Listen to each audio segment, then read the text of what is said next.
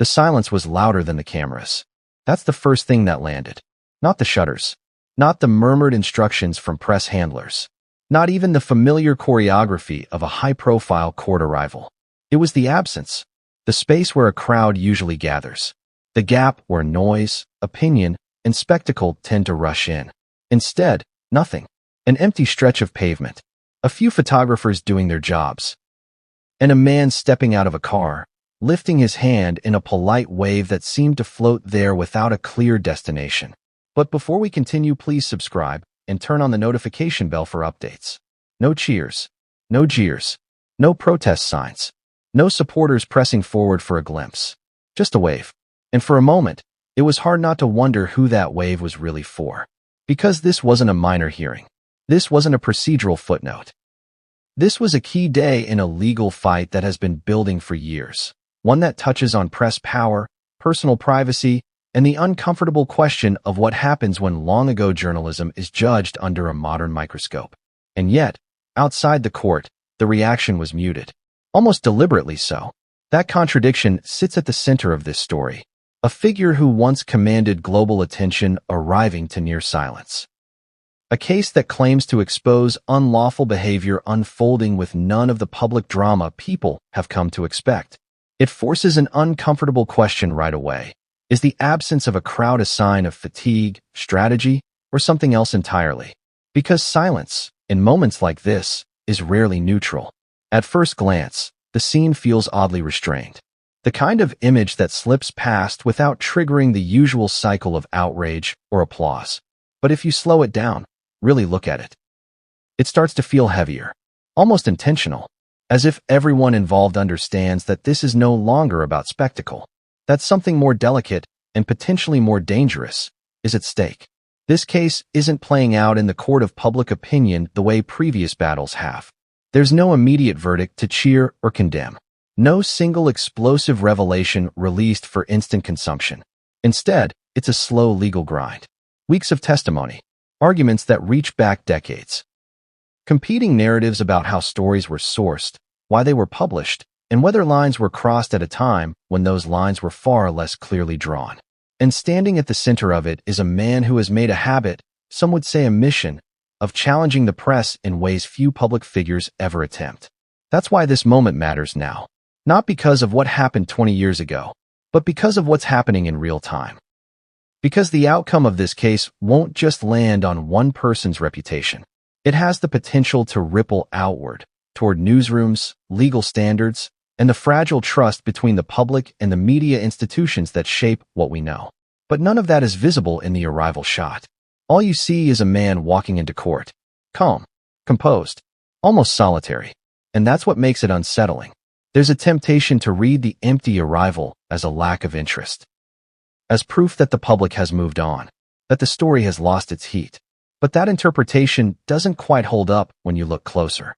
High-profile trials don't usually go unnoticed, especially not ones involving accusations as serious as unlawful information gathering. So why the quiet? One possibility is exhaustion. Years of headlines. Years of public disputes played out in interviews, documentaries, and memoirs. A sense that audiences have reached saturation. Another possibility is caution, a collective decision by supporters, critics, maybe even bystanders, to wait, to see what actually emerges in court before taking sides again. Or perhaps the silence is strategic, because loud reactions can be used against you, because crowds invite countercrowds, because in a case that hinges on credibility and restraint, spectacle becomes a liability. That idea lingers uncomfortably when you think about the publisher's response to the accusations.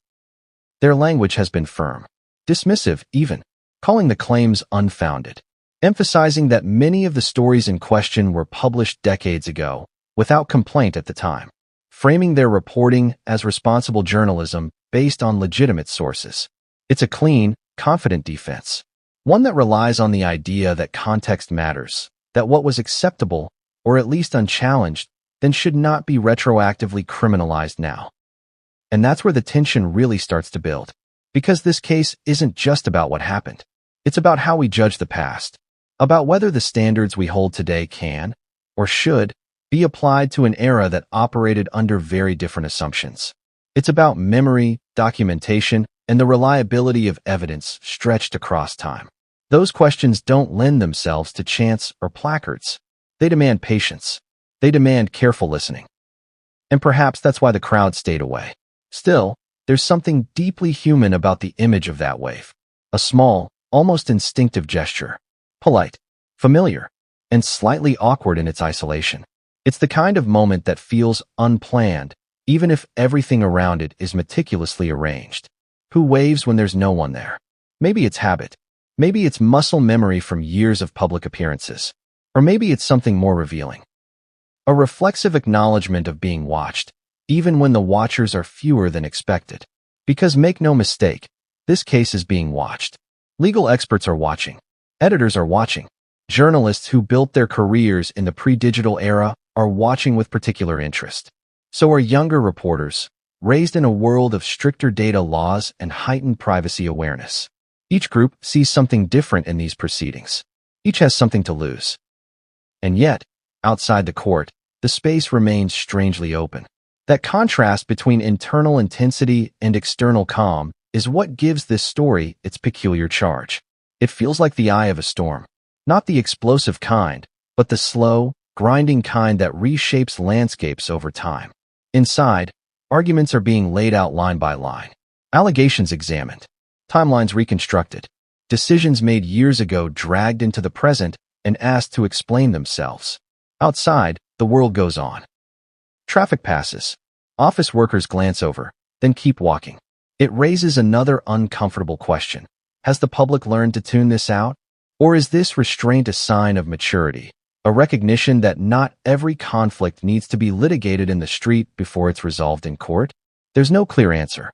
And that uncertainty is part of what makes this moment compelling. Because when noise disappears, you're forced to pay attention to subtler signals.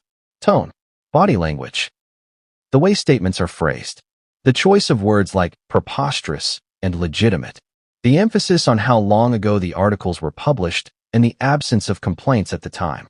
Those aren't just legal arguments. They're narratives, competing stories about responsibility, accountability, and the nature of journalism itself. And they're playing out against a backdrop of shifting public attitudes. Trust in media is fragile. Privacy concerns are more acute than ever. The idea that powerful institutions might have crossed lines in pursuit of stories no longer feels implausible to many people. At the same time, there's a growing unease about rewriting history through modern sensibilities. This case sits uncomfortably at that intersection, which is why the quiet arrival matters more than it seems. It signals a change in how these battles are fought, or at least how they're presented. Less about rallying support, more about letting the process unfold. Less about immediate vindication, more about long-term consequence. But restraint can be deceptive. Just because the outside is calm doesn't mean the stakes are low. In fact, it often means the opposite. That everyone involved understands the weight of what's being decided, and no one wants to tip the balance prematurely. That wave, then, becomes something like a pause. A breath before a long dive. Because once the courtroom doors close, the atmosphere changes. Inside, there's no room for ambiguity. Claims must be backed. Denials must hold. Memory must survive cross-examination. And time, so often a shield, becomes a test. And that's where this story truly begins. Not with the wave itself, but with what follows it. With the slow unveiling of arguments that reach back into an era when journalism operated differently, and forward into a future that may not look the same once this case is over. The silence outside is temporary. What happens inside will echo far longer. The quiet didn't end when the doors closed. If anything, it deepened. Because once you move past the image of the empty pavement and step into what that arrival actually represents, the silence starts to feel less accidental and more loaded. Almost like a message no one wants to say out loud yet. Here's the uncomfortable truth about optics in cases like this. They're never neutral. Every absence is read. Every presence is interpreted. And when the expected crowd doesn't show up, the vacuum fills with questions instead of noise. Why wasn't anyone there? Not supporters waving signs. Not critics shouting questions. Not even the casual onlooker drawn by celebrity gravity. For a figure as globally recognizable as Prince Harry, that kind of emptiness doesn't just happen. It's either a shift in public mood or a deliberate recalibration of how this moment is meant to be received. And that distinction matters. Because for years now, public disputes involving him have played out loudly. Interviews, statements, counterstatements, carefully framed narratives released into an always-hungry media ecosystem. Noise has been the default setting. Attention, both weapon and shield. This time, something was different. The arrival looked almost restrained. No lingering for cameras. No exaggerated gestures. A wave, yes, but a brief one. Polite, almost reflexive, then straight inside. If you're expecting drama, that kind of restraint can feel anticlimactic. But restraint can also be strategic, especially when credibility is the currency you're trying to protect. Think about what this case actually hinges on. Not emotion, not sympathy, but process, evidence, patterns, decisions made by journalists and editors years, sometimes decades ago. The kind of material that doesn't benefit from shouting. And yet, the optics still tell a story. Because the absence of a crowd doesn't mean the absence of attention. It means the attention has shifted, away from the street and into spaces that are quieter, slower, and far less forgiving. Courtrooms don't reward spectacle. They reward consistency. That's where the irony starts to surface. This is a case about alleged media intrusion, about the press going too far, crossing lines in pursuit of stories. And yet, on one of the most visible days of the trial, the public-facing media moment was almost subdued. Cameras were present, yes, but they weren't feeding off chaos. There was nothing to amplify, just a man walking into a building.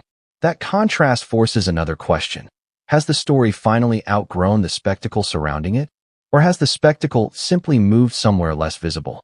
Because inside the courtroom, the stakes are anything but quiet. This trial isn't designed to deliver instant gratification. It's scheduled to stretch over more than 2 months. That alone changes the rhythm. Long trials don't lend themselves to daily outrage cycles. They demand endurance from the legal teams, from witnesses, from the judge, and from anyone trying to follow along. And endurance is a very different test than popularity. When you commit to a legal marathon, you're implicitly accepting that public interest may wane before the finish line. That headlines will thin out. That attention will drift. You're betting that the eventual ruling and the precedent it sets will matter more than the noise you could generate along the way. That's a risky bet, because public narratives don't pause just because a case takes time. They evolve. They harden. They forget details. And by the time a judgment arrives, many people will have already decided how they feel. So again, the empty arrival nags at you. Was it resignation? Acceptance that this fight won't be won on the pavement outside court? Or was it confidence, quiet confidence, that the arguments inside are strong enough to stand without a chorus outside? There's another possibility that's harder to pin down, but impossible to ignore. Fatigue. Not just personal fatigue, but collective fatigue. Years of overlapping controversies involving the royal family. Years of press versus prince narratives. Years of choosing sides, then choosing them again as new information emerges. At some point, audiences step back. Not because they don't care, but because they don't want to react prematurely. Silence becomes a form of withholding judgment. If that's the case, then this empty arrival isn't a rejection. It's a pause. But pauses are dangerous too. Because in a pause, narratives can be reshaped quietly. Assumptions settle. And the absence of visible support can be interpreted, fairly or not, as dwindling influence. And influence matters in subtle ways. Not in verdicts, but in how outcomes are received. A ruling in favor of a widely supported figure lands differently than one in favor of someone the public has emotionally disengaged from. The law doesn't change, but perception does. And perception shapes what happens next: appeals, reforms, industry reactions. Which brings us back to that wave. A small gesture, but one loaded with context. It's the kind of thing you don't notice when crowds are cheering. It becomes almost symbolic when no one is visibly cheering back. Who are you acknowledging when you wave like that? The press? Certainly. They were there. Cameras trained, lenses ready. But the press is also the opposing force in this story. Not the specific journalists in attendance, but the institution being challenged. That tension, waving at the very apparatus you're accusing of wrongdoing, adds another layer of irony. It's polite, civil, almost disarming. And yet, beneath it sits a profound confrontation over ethics, boundaries, and accountability. There's also the question of control.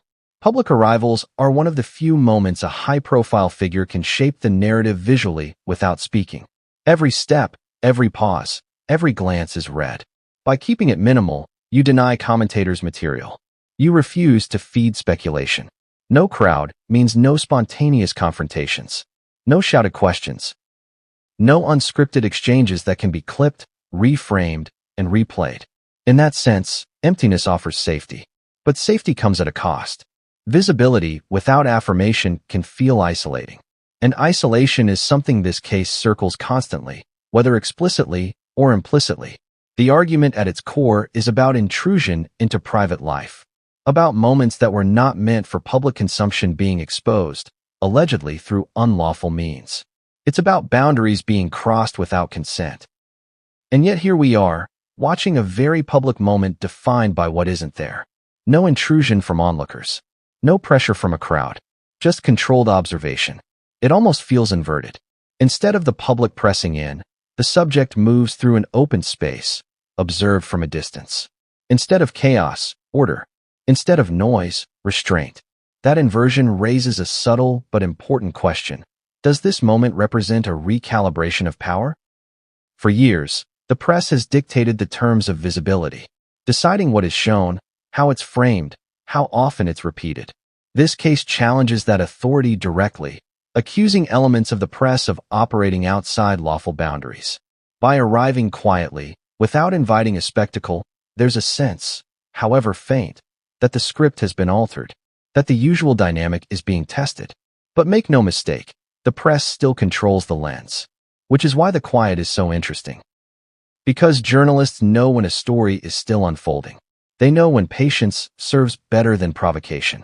And in this case, many seem content to wait, to document rather than interrogate, to observe rather than inflame. That doesn't mean the knives aren't out. It means they're being sharpened off camera. Inside, the arguments are methodical. Claims are being laid out carefully. Timelines reconstructed. Legal thresholds debated. The kind of work that doesn't translate easily into a chant or a headline. And perhaps the public senses that. Perhaps instinctively, people understand that this is not a moment for instant judgment. Or perhaps the silence is temporary. Because long trials have a way of producing inflection points. Testimony that shifts perception.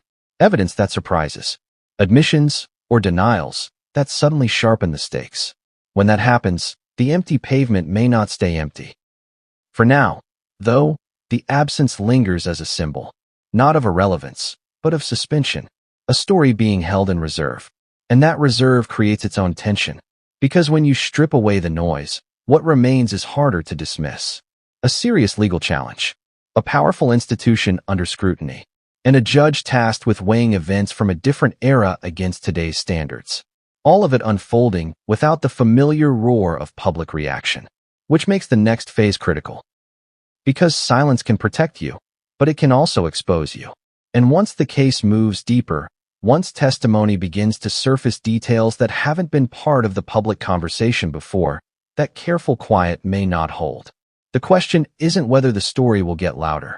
It's when, and whether, when it does, it will sound anything like what people expect.